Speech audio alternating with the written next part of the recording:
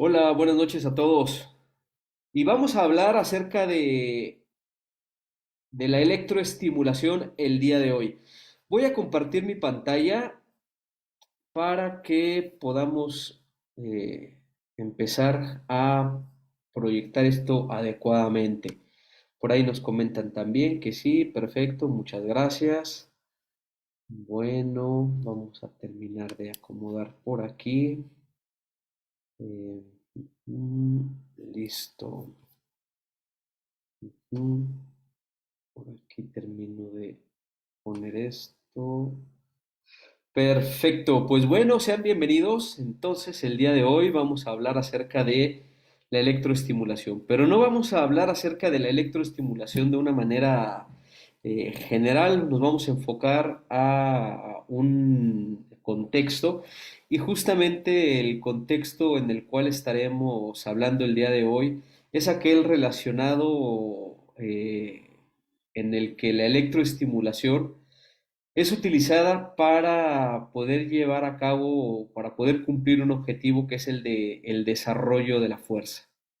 El día de hoy estaremos hablando acerca de este tema, en donde también es importante mencionar que es una sesión un tanto eh, pues sentimental, sobre todo porque también esta plática va a estar dirigida y está hecha con honor y con mucho agradecimiento al gran fisioterapeuta Ángel Bazas, el fisioterapeuta que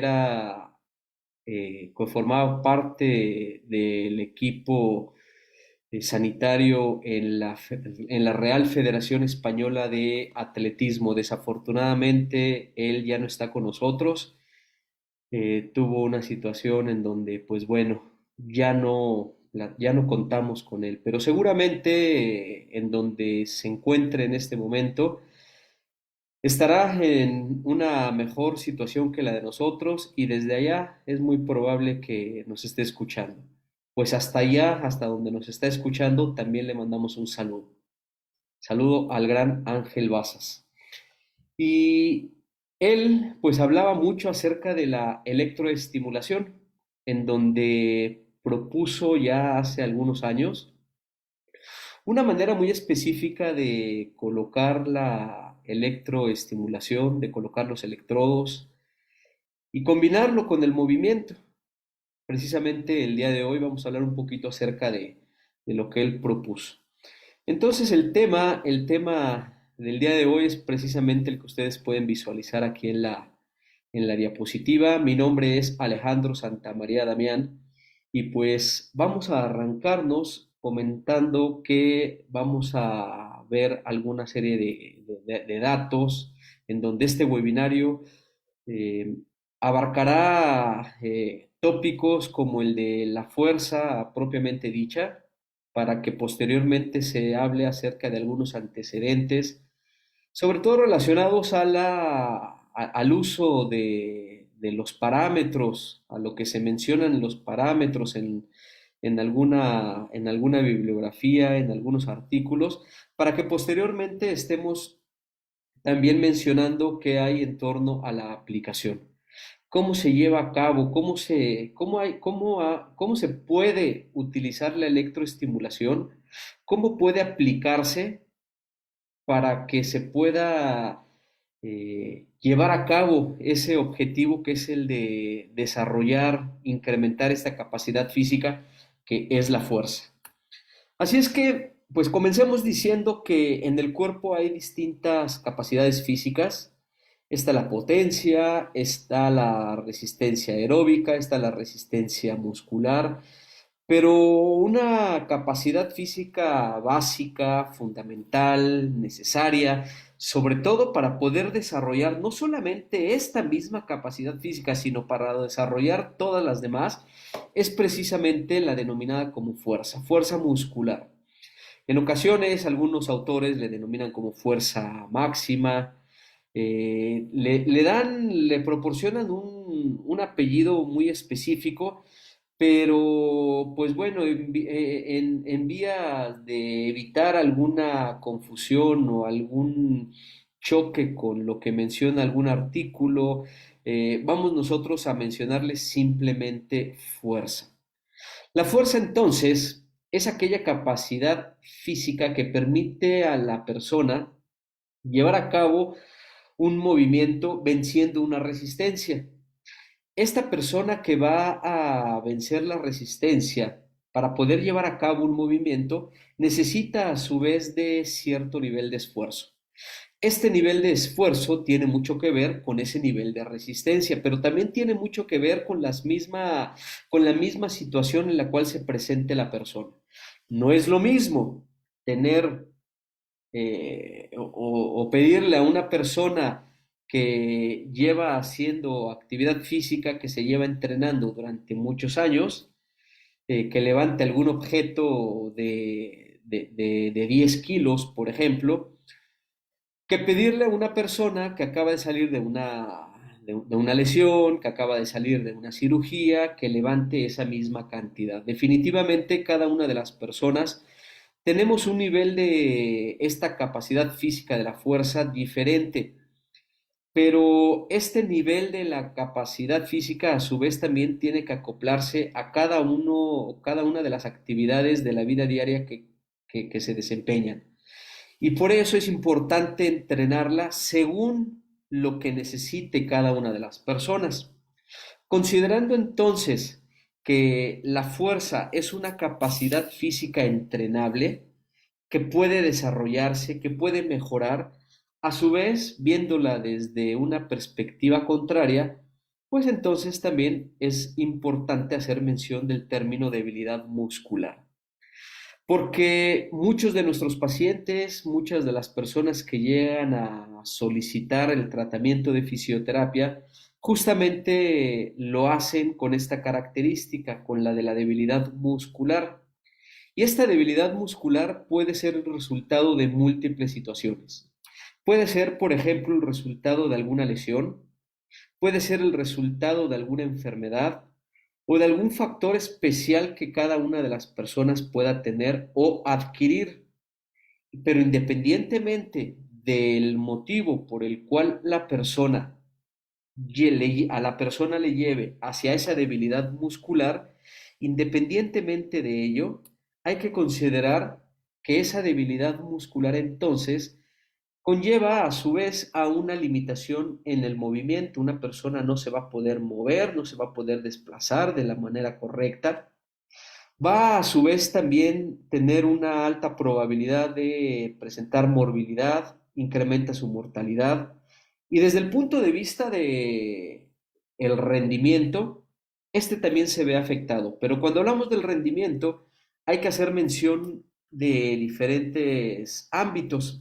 Por ejemplo, en el ámbito deportivo, aquella persona que presenta menores niveles de fuerza definitivamente no tiene esas posibilidades de llegar a su éxito en el cual busque meter un gol, patear una pelota para lanzarla a una distancia mayor, lanzar una pelota para incestarla a algún aro, brincar más alto, correr más rápido, nadar más rápido, en fin, su rendimiento deportivo se ve afectado por la presencia de la debilidad muscular. Pero también hay que considerar que muchas de las personas que son susceptibles a fisioterapia no hacen actividad física, no practican algún deporte. Sin embargo, también hay que mencionar el término rendimiento en este sentido. Porque aquella persona, por ejemplo, con bajos niveles de fuerza, que está en casa, no puede desplazarse adecuadamente de su recámara a la cocina, o de la cocina al comedor, o del baño hacia el patio de su casa. No puede subir y bajar las escaleras de una manera acelerada. Si en algún momento la persona tiene que salir rápido de su casa por alguna emergencia, estos bajos niveles de fuerza pues no le permiten desplazarse adecuadamente. Esta persona que tiene bajos niveles de fuerza no se va a poder vestir correctamente, no se va a poder asear adecuadamente, no se va a poder levantar del servicio sanitario de manera correcta, de una silla, en fin, su rendimiento dentro de las actividades de la vida diaria también se ve afectado. Y todo porque sus niveles de fuerza están disminuidos. Considerando entonces estos elementos de la limitación del movimiento, de la morbimortalidad incrementada y del bajo rendimiento, no solamente en un nivel deportivo, sino también en las actividades de la vida diaria, pues hay que hacer mención que en la fisioterapia se utilizan múltiples estrategias entonces para que esa fuerza se recupere. Y no solamente se recupere, sino también incremente. Una de las estrategias es precisamente la de el uso de una herramienta muy específica, que es la de la electroestimulación. Diciendo entonces que la electroestimulación es una herramienta que nosotros en fisioterapia utilizamos, a la par también mencionamos que es una manera de desencadenar una respuesta muscular mediante un estímulo que nosotros proporcionamos de una manera externa, de una manera artificial. Este estímulo externo, este estímulo artificial, va a desencadenar ciertas respuestas a nivel del sistema nervioso periférico, a nivel del sistema nervioso central, que cuando se acompaña de una acción voluntaria por parte del paciente, juntos añadidos, sumándose, van a permitir que los niveles de fuerza incrementen. Y aquí es un elemento bien interesante y bien importante que mencionar, que es el de la acción voluntaria. Definitivamente la contracción muscular voluntaria va a desencadenar cierto nivel de tensión a nivel de este músculo que añadido a la electroestimulación, pues precisamente al incrementar esa tensión, va a hacer que se vea sometido el cuerpo, el músculo, el tejido a un nivel de estrés mucho mayor al que estaba acostumbrado. Y cuando una persona es sometida a niveles de estrés más altos a los que normalmente está acostumbrado, es cuando viene una respuesta. Y si hablamos de la electroestimulación neuromuscular, pues entonces estamos esperando una respuesta a nivel del músculo. Y esta respuesta precisamente es la del incremento en sus niveles de fuerza. Considerando estos elementos, entonces, decimos que ya en el ámbito del tratamiento, ya en el ámbito profesional, hay diferentes tipos de corrientes que son comúnmente utilizadas. Quizá las más comunes, las más conocidas sean las que podemos observar aquí en la diapositiva, y estamos hablando de la electroestimulación neuromuscular de tipo bifásica y la electroestimulación neuromuscular de tipo rusa. Por ahí hay otras, por ejemplo, la corriente AUSI, que también suele ser utilizada, pero podemos en términos generales decir que estas dos son las más comunes. Enfocándonos en estas dos, decimos de manera también general que cada una tiene sus particularidades. Por ejemplo, cuando hablamos de la corriente bifásica, decimos que esta es de baja frecuencia, que no tiene ningún efecto galvánico y que tiene una onda de una forma muy particular, que es la forma rectangular.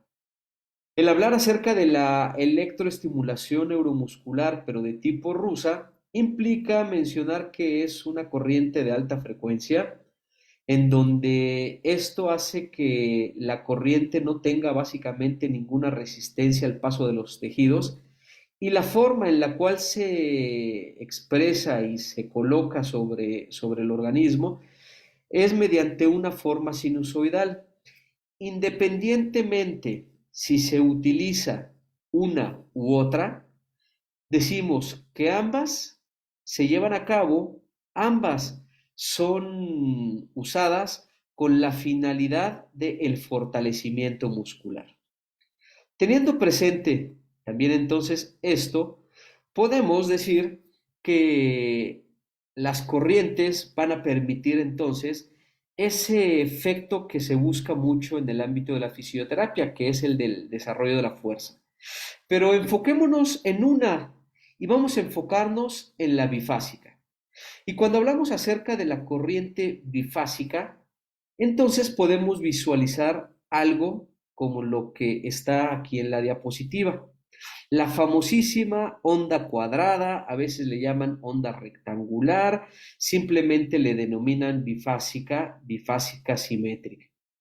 Pero yo les preguntaría desde aquí, ¿en realidad ustedes creen que esta corriente, que esta forma que podemos ver aquí es una bifásica simétrica? ¿O acaso será una corriente bifásica asimétrica? Les dejo un poquito para poder pensar, para que la puedan ver. Si es asimétrica, si es simétrica.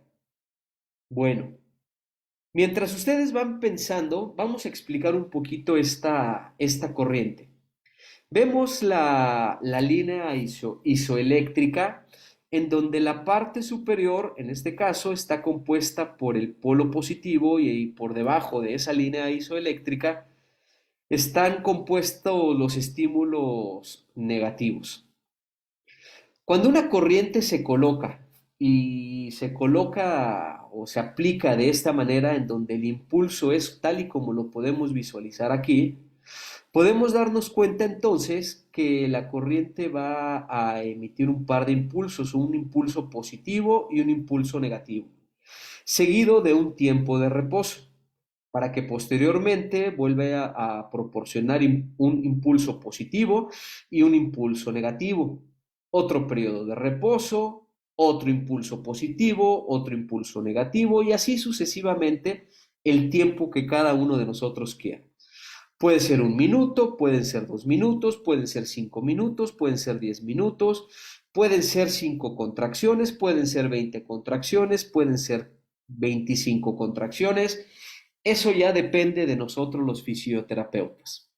Pero siguiendo con esta corriente, vemos cómo está entonces el polo positivo y el polo negativo. Esto quiere decir que cuando se coloca la corriente, cuando ya está pasando este estímulo eléctrico en la persona, inicia un polo o inicia un estímulo que llega directamente a la zona que se encuentra por debajo del electrodo positivo.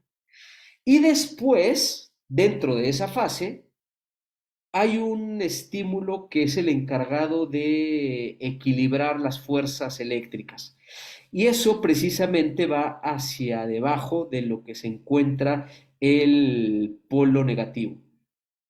Quiere decir entonces que dentro de estos dos electrodos que se pueden colocar sobre sobre la piel de la persona, uno de estos polos va a recibir más energía, más electricidad que el otro.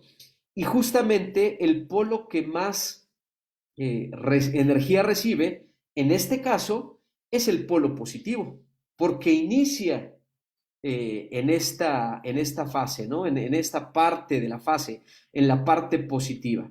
Recordemos que el negativo, la parte negativa, es solamente para equilibrar, para poder amortiguar y permitir el paso de la corriente total, completa. Eso es lo que sucede en una fase. Pasa un tiempo de reposo y viene la otra fase, compuesta también por el positivo y el negativo. Pero en esa siguiente fase va a suceder lo mismo. La corriente empieza en el polo positivo y después se va al negativo. Quiere decir que la mayor cantidad de corriente eléctrica se va a depositar por debajo del polo positivo y hay una menor cantidad de energía que se deposita en el polo negativo. Si nosotros colocamos dos electrodos, uno sobre el recto anterior del cuádriceps y el otro polo sobre el vasto interno, Y si se coloca esta corriente bifásica, entonces primero se va a estimular a aquel vientre que está por debajo del polo positivo y posteriormente a aquel que se encuentra por debajo del polo negativo. Quiere decir entonces que si el negro está sobre el recto anterior y el rojo negativo se encuentra por debajo por encima del vasto interno, entonces el recto anterior es el que más se va a estimular. Y eso va a suceder en una fase, va a suceder en la segunda fase, va a suceder en la tercera fase, va a suceder en la cuarta fase y así sucesivamente todo el tiempo que se coloque la electroestimulación.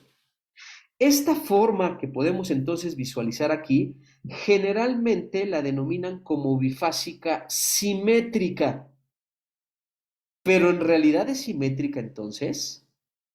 Si los dos tejidos que se encuentran por debajo de ambos electrodos no están recibiendo adecuadamente esa cantidad de energía, de modo que se busque estimular correctamente a ambos tejidos, entonces no podría denominarse simétrica, debería de ser simétrica. Vamos a ver la parte de abajo de la diapositiva, en donde hay otro tipo de corriente.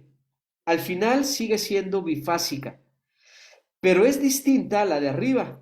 Si la de arriba se decía simétrica, pero ahora estamos diciendo que no es simétrica, entonces la de abajo debe de ser la realmente simétrica. Y justamente vamos a ver por qué.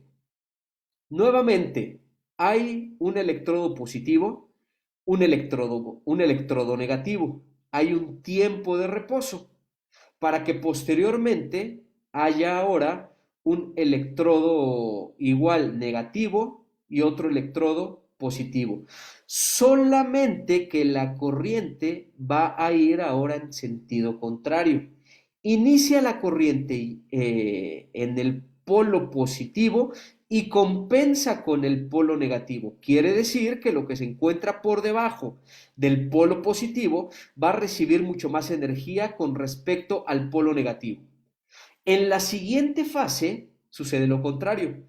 Como la corriente empieza en el polo negativo, entonces ahora la mayor cantidad de corriente va a ir a lo que se encuentra debajo del polo negativo, para que posteriormente la corriente se compense con el polo positivo. Hay un periodo de reposo y nuevamente viene el polo positivo con el polo negativo después. Quiere decir que el polo positivo se estimula más que el negativo y así sucesivamente. Y esto efectivamente entonces ya es simétrico, porque en una fase se estimula, por ejemplo, al recto anterior, que es el que se encuentra por debajo del polo positivo, y en la otra fase se estimula al vasto interno, que es precisamente el que comienza con la electroestimulación. Entonces, en una fase se estimula un músculo, en la otra fase se estimula más el otro músculo, en la otra fase se vuelve a estimular el primer músculo, en la siguiente fase se sigue estimulando el otro músculo y así sucesivamente. Y de esta manera, esto ya se convierte de manera simétrica. Por lo tanto, aquí es importante señalar que cuando nosotros vamos a utilizar un electroestimulador y este electroestimulador nos da ciertas características como las de arriba, hay que considerar que no puede ser denominada como bifásica simétrica, es bifásica asimétrica. Y además, la corriente bifásica simétrica, o bien la corriente que se encuentra arriba, pues no sería la completamente adecuada o la más recomendable para poder estimular cierta musculatura. Desde una perspectiva, sobre todo de la explicación que se dio con referente a lo que vimos en la parte inferior de la diapositiva, entonces hay que buscar electroestimuladores que manejen esta forma de estimular, de proporcionar ese estímulo eléctrico. También, para poder proporcionar esta electroestimulación, pues es importante mencionar las otras características de la corriente. Estoy refiriéndome al periodo del impulso del mismo estímulo y a su frecuencia. Y para ello hay que mencionar que dentro de la musculatura hay diferentes tipos de fibras. Están las fibras lentas y están las fibras rápidas. Partiendo de lo que nos menciona Ángel Bazas, o lo que nos mencionaba en su libro Tratamiento Fisioterápico de la Rodilla, las fibras rápidas, para poderlas estimular, deben de recibir una corriente en donde la duración de la fase sea menor a los 400 microsegundos y desde el punto de vista de la frecuencia deba de superar los 50 hercios. Desde el punto de vista de la intensidad, el paciente es el que va a decidir hasta cuántos miliamperios va a subir ese electroestimulador, no sin antes también mencionar que hay una relación entre la intensidad con el mayor reclutamiento de fibras. Quiere decir que si la persona incrementa más la intensidad, va a ser mejor porque va a reclutar mayor cantidad de fibras. Y si recordamos que la electroestimulación va de la mano con la contracción voluntaria, entonces se suma tanto la contracción voluntaria como la estimulación artificial que proviene del electroestimulador. Y por lo tanto, ese nivel de tensión se va a traducir en una mayor cantidad de fibras reclutadas. Y definitivamente lo que se busca para desarrollar la fuerza muscular es precisamente también reclutar más cantidad de fibras. Desde el punto de vista del tiempo en el cual se va a trabajar, pues se puede llevar a cabo un trabajo 1-1, 1-2, 1-3, en donde va relacionado con el tiempo de contracción. Si, por ejemplo, se decide trabajar con un 1-1, es decir, un periodo de estimulación con un periodo de trabajo, y si se decide que la electroestimulación dure 5 segundos, entonces esa relación 1-1 se estaría refiriendo a 5 segundos de estimulación con 5 segundos de trabajo. Pero a lo mejor nosotros decidimos utilizar este trabajo-reposo basándonos en el 1-2. Quiere decir que si yo estimulo el músculo 5 segundos, le tengo que dar el doble de reposo o bien el triple de reposo.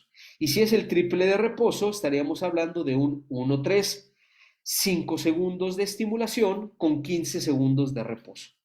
Ya depende también de cada uno de nosotros y depende de la literatura a la cual nosotros estemos recurriendo.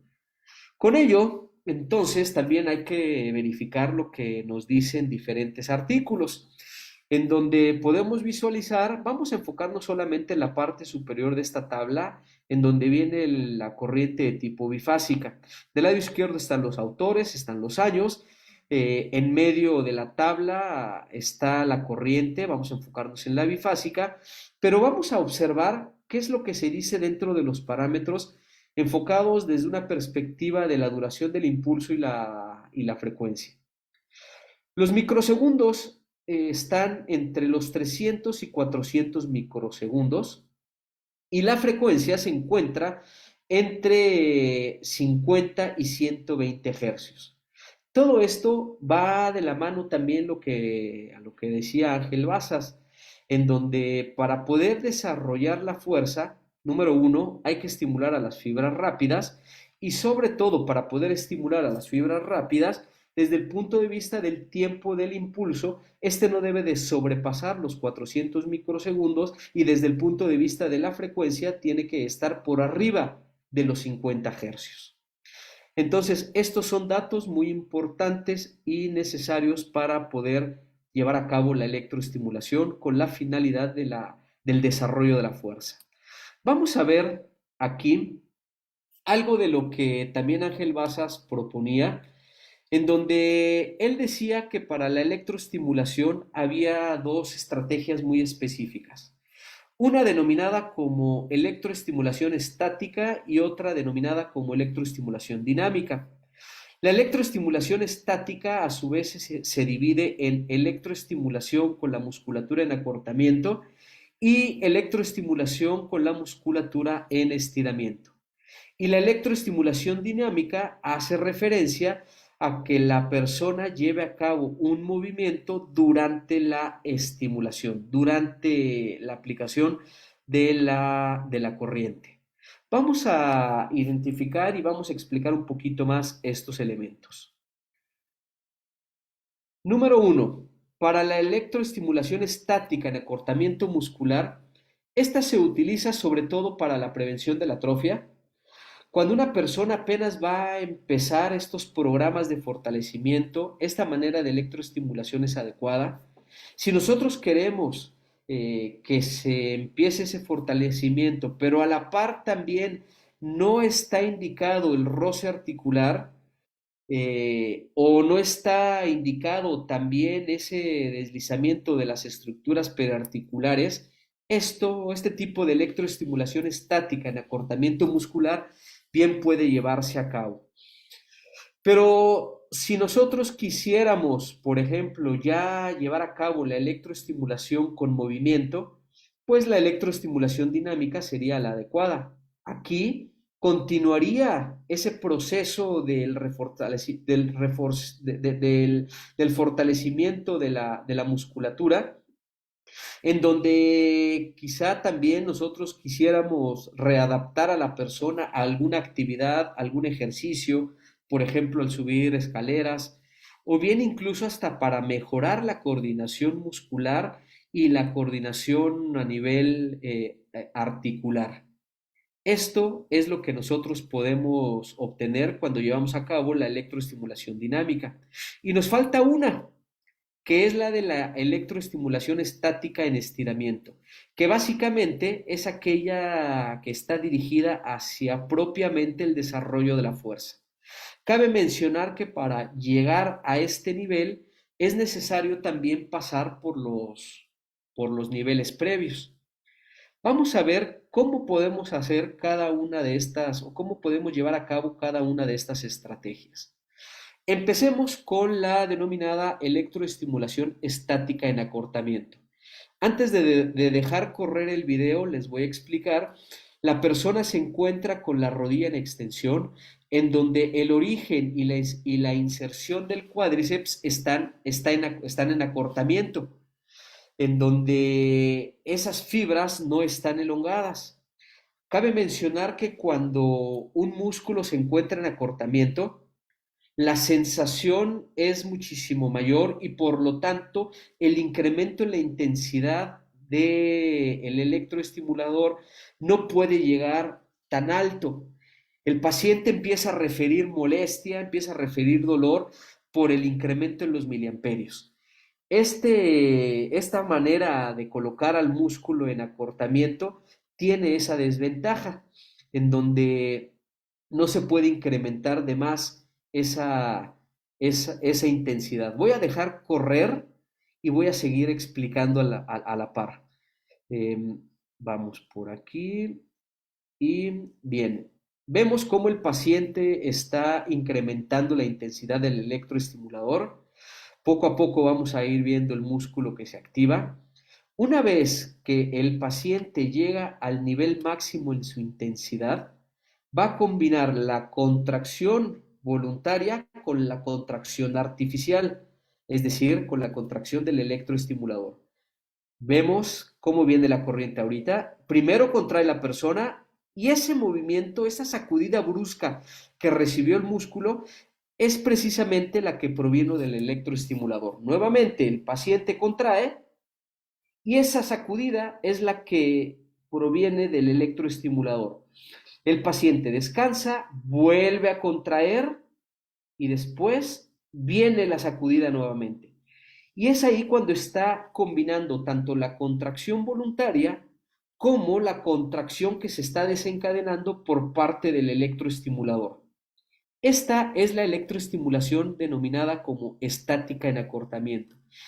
Pero aquí en esta estrategia no se puede incrementar demasiado la intensidad porque el paciente empieza a referir molestia, empieza a referir dolor y tiene sus limitaciones desde el punto de vista de la ganancia muscular, del desarrollo de la fuerza.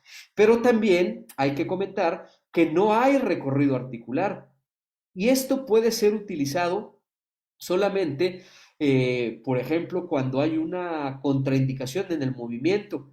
Quizá en algún momento posterior a una cirugía en donde se pida al paciente o se esté contraindicado el movimiento, pues definitivamente esta es una muy buena estrategia, en donde se estimulan a las fibras musculares, pero la articulación está manteniéndose intacta. Vamos a pasar a otro tipo. Vamos a hablar ahora de la electroestimulación dinámica, en donde podemos ver aquí a la persona que ya avanzó en su proceso de recuperación, todavía no está recuperada por completo, pero ya puede ser sometida a esta musculatura, esa articulación, a cierto estrés. Aquí la persona está sentada en un banco de cuádriceps en donde la región distal de la pierna va anclada al cojín, en donde del lado izquierdo de la diapositiva se podrán ver los distintos o se podrían ver los diferentes discos que se van levantando. Esta electroestimulación dinámica está indicada para seguir con ese proceso de fortalecimiento, pero también para ayudarle a la persona a que realice un movimiento más allá del de solamente luchar contra la gravedad o llevar a cabo una simple contracción muscular. Voy a dejar correr este video para poderlo ir explicando. Primero al paciente se le pide que haga la extensión y como la extensión tiene que vencer ciertos kilogramos, entonces en un principio no puede, viene la corriente le apoya a ese músculo reclutando más fibras musculares y se puede realizar el movimiento. Ahí empuja el paciente, viene la corriente y entonces puede llevarse a cabo el movimiento. Voy a dejarlo correr nuevamente para que observen cómo el paciente realiza la contracción muscular por sí solo, no puede, pero cuando viene la contracción ya se puede llevar a cabo. Ahí está, el paciente empuja, viene la corriente y se realiza el movimiento. El paciente descansa, relaja, vuelve a contraer, viene la corriente y es cuando se puede realizar el movimiento. Vamos a verlo una vez más. Paciente contrae, ahí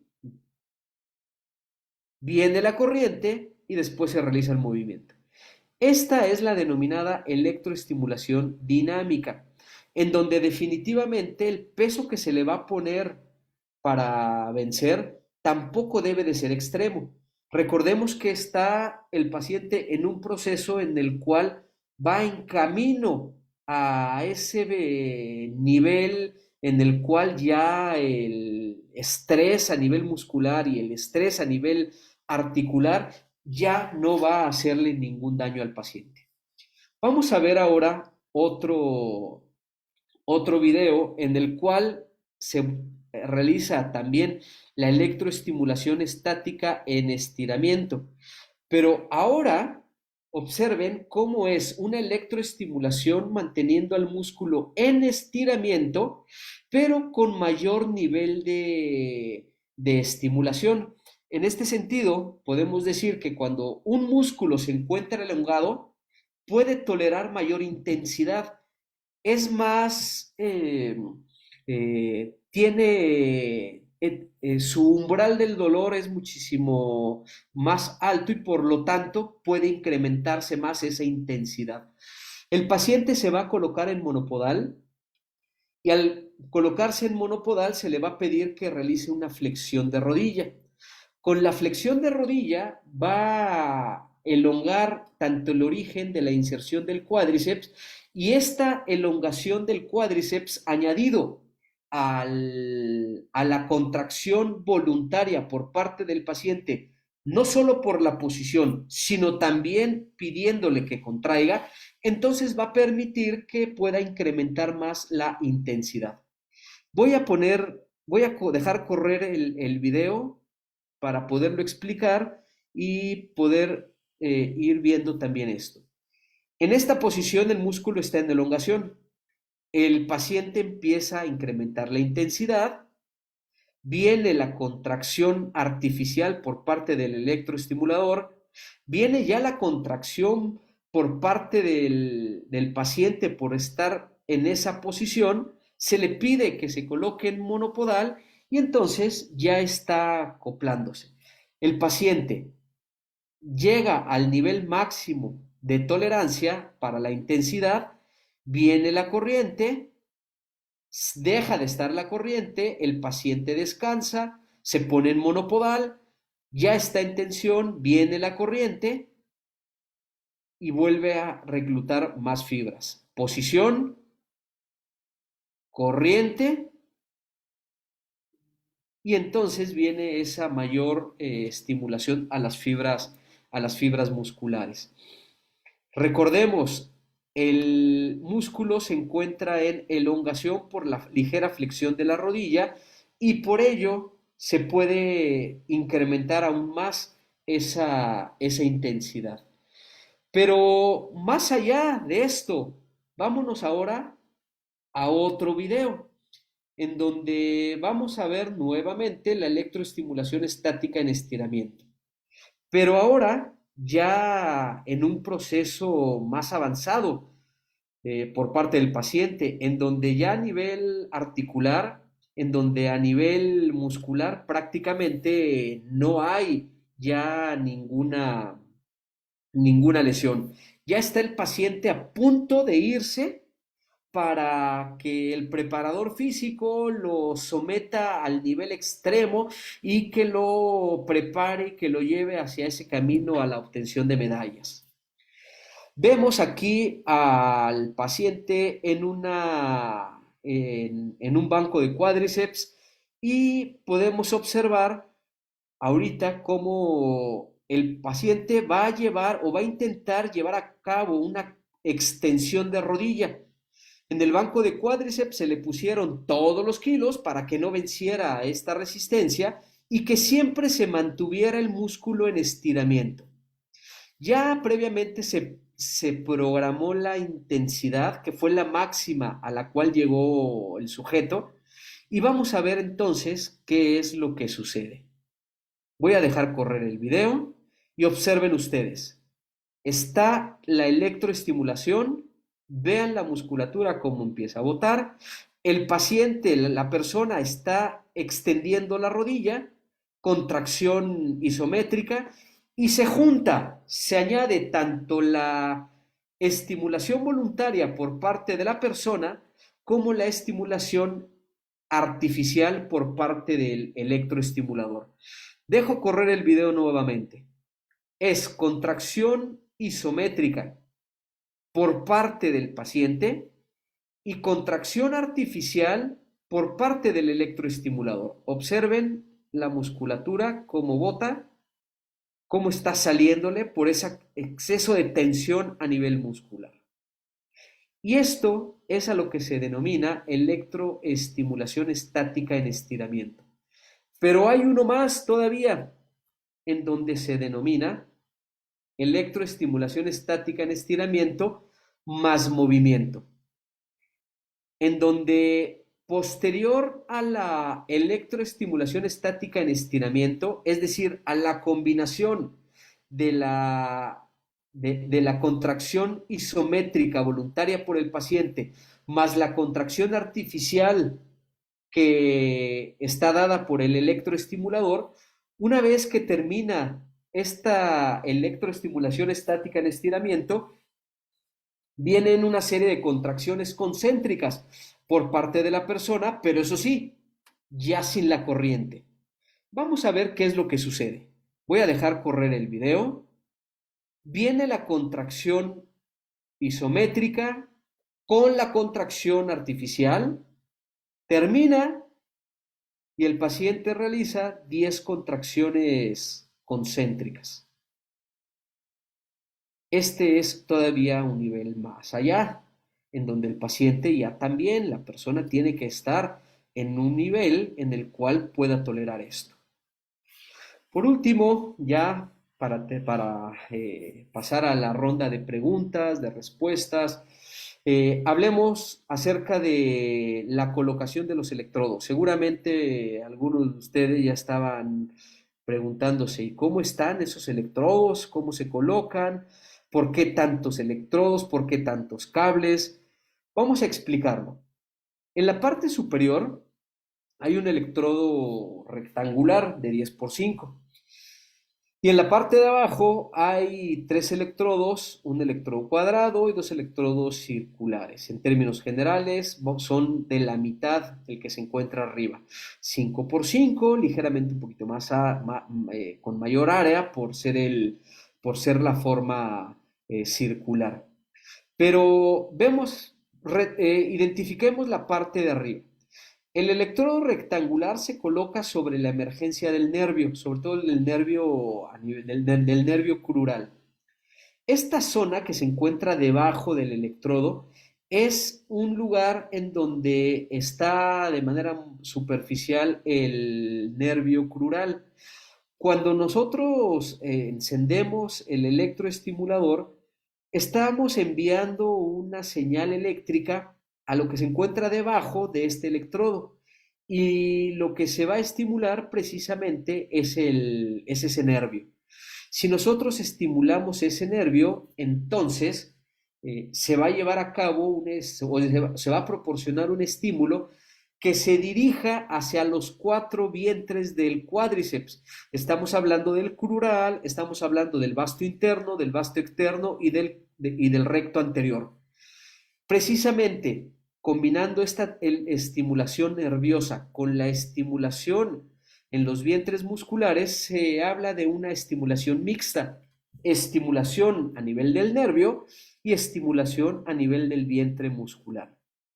Este electrodo que podemos ver en la parte de arriba, que tiene la forma rectangular, está añadido o está conectado por el polo positivo de ambos canales. Vemos del lado izquierdo el polo positivo que proviene del canal negro y vemos el polo positivo que proviene del canal gris. Ambos polos se encuentran en la parte superior, pero los otros cables de cada uno de los canales va conectado a la parte de abajo. El otro cable del canal negro va hacia un electrodo ubicado en el recto anterior y otro electrodo colocado sobre el vasto externo. Estos dos están añadidos por un cable bifurcado y este cable bifurcado se añade o va conectado al otro cable del canal negro. Con respecto al canal gris, un polo que ya estaba conectado en la parte de arriba y el otro polo va conectado al electrodo que va a estimular al vasto interno. De esta manera es como se puede obtener o se puede llevar a cabo la electroestimulación con fines del desarrollo de la fuerza para el cuádriceps. Cabe mencionar ya para terminar que al tener un cable bifurcado, pues implica tener una mayor área por debajo de la piel, en donde lo que simplemente tenemos que hacer es en el electroestimulador incrementar quizá 1, 2 o 3 miliamperios más de este canal negro, porque como es mayor el área, entonces se va a necesitar de mayor estimulación y por lo tanto se necesita igualdad tanto en los electrodos que están hacia el lado derecho del muslo como del electrodo que está hacia el lado izquierdo o interno de esta misma región. Eh, con esto rápidamente podemos observar que diferentes poblaciones pueden verse beneficiadas. Entonces, pacientes críticamente enfermos, pacientes con enfermedad crónica renal, pacientes que fueron sometidos a una cirugía de ligamento cruzado anterior, pacientes con alteraciones pulmonares como aquellos con hipertensión pulmonar arterial o incluso con EPOC también. Y además, incluso se puede también utilizar para pacientes con neumonía. Y los beneficios están mostrados ahí en cada una de las diapositivas. Yo con esto termino el webinario del día de hoy. Yo les agradezco a todos ustedes la permanencia, el tiempo y pues sigamos adelante con esto de la fisioterapia. Desde aquí les envío un saludo, que tengan muy buena noche y nos vemos muy pronto. Hasta luego.